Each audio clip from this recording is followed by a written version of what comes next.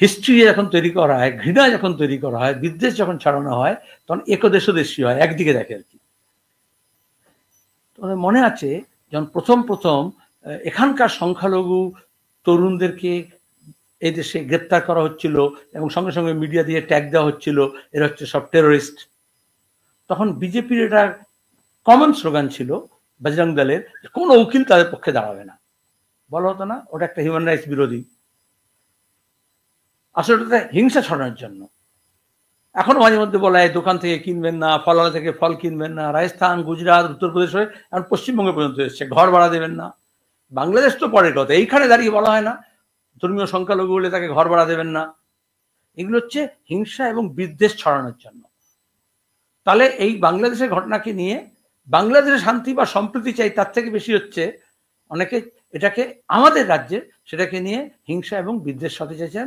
এবং কয়েকটা channel, television channel, কয়েকটা খবরের কাগজ উদ্দেশ্য প্রণীতভাবে দেশের স্বার্থে নয়, সংখ্যাগুরুবাদকে বাড়ানোর জন্য, হিন্দুত্ববাদী রাজনীতিকে ছড়ানোর জন্য এবং বাংলাদেশি নাম করে আসলে ধর্মীয় সংখ্যালঘুদেরকে নিশানা করার জন্য উল্টে চিৎকার করছেন বাংলাদেশের ধর্মীয় সংখ্যালঘুদের জন্য আমরা আশ করছি। ডাক্তারদের কথা প্রশ্ন করা হলো, হাসপাতালদের, এটা হচ্ছে যে হিপোক্রেটিক ওথ নেওয়া, এটা তার পরিপন্থী। Medical council of India registration যেটা করা হয় ডাক্তারদের নামে, সেখানে বলা হয় চিকিৎসা করার সময় জাত পাত, ধর্ম, বর্ণ, দেশ বিদেশ, লিঙ্গ কোনো দেখা হবে না। অথচ আমি মুম্বাই দাঙ্গার সময় দেখেছি, হায়দ্রাবাদে দাঙ্গার সময় দেখেছি 1990, 91, 92 কারসেবার সময় কিভাবে মুসলমান মহিলা তাকে ডেলিভারি করতে দেওয়া হয়নি হাসপাতালের মধ্যে, রাস্তায় গাছের তলায় বেরিয়ে এসে সে হচ্ছে ডেলিভারি করেছে। আবার মুম্বাইতে সে যে নার্স, তিনি দুঃখিত হয়ে এবং হিউম্যানিটেরিয়ান হয়ে বেরিয়ে এসে তাকে ডেলিভারি করতে সাহায্য করেছিলেন বলে গাছতলায় তাকে চাকরি থেকে বার করে দেওয়া হয়েছে। এরকম হিস্ট্রিয়া তৈরি করা হয়, ওটা মানবতা বিরোধী। এখানে দাঁড়িয়ে বলা হলো একটার পর একটা হাসপাতাল। কোন হাসপাতাল? কড়া হাসপাতাল। একটা হাসপাতাল যে তৃণমূল দখল করেছিল, এনজিও হাসপাতাল ছিল, জেন হসপিটাল, আমার এমপি ফান্ডের টাকার সঙ্গে যন্ত্রপাতি কেনা হয়েছিল, যেখানকার রাজাবাজারের গরিব মানুষগুলো, বেশিরভাগ সুখিয়ার গরিব মানুষগুলো চিকিৎসা হতো। সেখানে তৃণমূল পরিবর্তনের জমানায় দখল করে যেরকম খবরের কাগজ, টেলিভিশন চ্যানেল দখল করে, এবং তারপরে সে এখন বিজেপি হয়ে যায়, এখন সেটা বিজেপি দখলীকৃত। দখলটা একই, বিজেপি আর তৃণমূলের।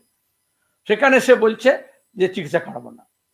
আমাদের বাইপাস থেকে আরম্ভ করে বাকি সব হাসপাতালগুলোতে, আমাদের এখানকার লোকেরা তামিলনাড়ুতে যায় না, একই দেশের মধ্যে, ব্যাঙ্গালোরে যায় না, মুম্বাইতে যায় না। তাহলে যারা এইসব জয় বাংলার নাম করে আর বাংলার বাঙালির মধ্যে যারা চেয়ে করছে, সেখানে যদি কেউ সিদ্ধান্ত নেয় যে বাংলাভাষী মানুষকে এখানে চিকিৎসা হতে দেবো না, সেটা কি হিউম্যানিটেরিয়ান হবে? তার নিজের বেলায় আনো খাই, পরের বেলা আল্লাহর দোহাই। এখানে অনেক চিকিৎসা ব্যবস্থা গড়ে উঠেছে যেখানে দাঁড়িয়ে বিহার থেকে, ঝাড়খণ্ড থেকে, বাংলাদেশ থেকে, নেপাল থেকে মানুষ এসে চিকিৎসা নেন। মুখ্যমন্ত্রী দেখেছি যখন শিশু মৃত্যু হয়, কিছু হয়, তখন বিহার, ঝাড়খণ্ডের নামে দোষারোপ করে দেন।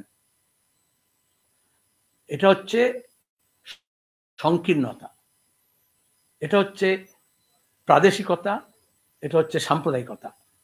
আমি আবার বলবো, কয়েকজন এটা করেছেন, কিন্তু আপনি একটু মধ্য কলকাতায় যান, সেখানকার দোকানদাররা এখানে এসে বলে গেছে যে আমাদের ব্যবসা বাণিজ্য সংকটে, যেহেতু যোগাযোগ হচ্ছে না, লোকে আসছে না।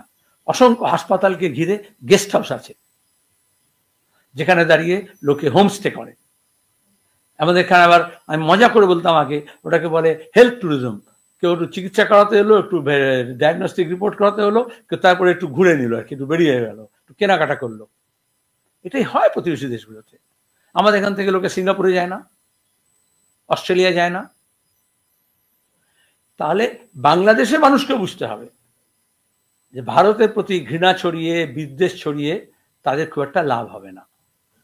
আর আমাদের দেশের মানুষকে বুঝতে হবে যে বাংলাদেশের প্রতি আসলে এটা গত 4 দশক ধরে আরএসএস বাংলাদেশ শব্দটা, বাংলাদেশি শব্দটাকে ঘৃণিত করেছে। আজকে তো বাংলাদেশে ঘটনা ঘটছে, আগে বাংলাদেশ অনুপ্রবেশকারীর নাম করে, ইনফিল্ট্রেশনের নাম করে বলেনি। আমাদের দেশের হোম মিনিস্টার বাংলাদেশি নামে উই পোকা বলেননি। আজকে হোটেলের আগে দোষ দেখিলাম, দেশের হোম মিনিস্টার বলেছিলেন উই পোকা। সিএনআরসির সময় কজন প্রতিবাদ করেছিল? তাহলে একটা দেশবাসীকে যদি, একটা দেশকে এসে বিদেশ হতে পারে, সেখানকার মানুষকে যদি উই পোকা বলায়, সেটা ঘৃণা ছড়ানো নয়? এখন বললে আমি বাংলাদেশে ওকালতি করছি। বাংলাদেশের কমিউনিস্টরা মার খাচ্ছে, খুন হচ্ছে, বামপন্থীরা আক্রান্ত হচ্ছে, কারণ হক কথা সোচ্চারে বলতে হয়। কিন্তু বুকের পাটা সেখানে হয় যেখানে ঘটনা হচ্ছে, সেখানে দাঁড়িয়ে বলতে হয়। এখানে যখন সংখ্যালঘুদের উপর নির্যাতন হচ্ছে, তার উপরে কথা বলতে হয়। আমাদের মুখ্যমন্ত্রীও দুর্ভাগ্যবশত আরএসএস এর রাজনীতিতে যোগ দিয়েছেন, আরএসএস এর রাজনীতিকে যোগ দিয়েছেন এবং শক্তি যোগাচ্ছেন, তারই ফল হচ্ছে।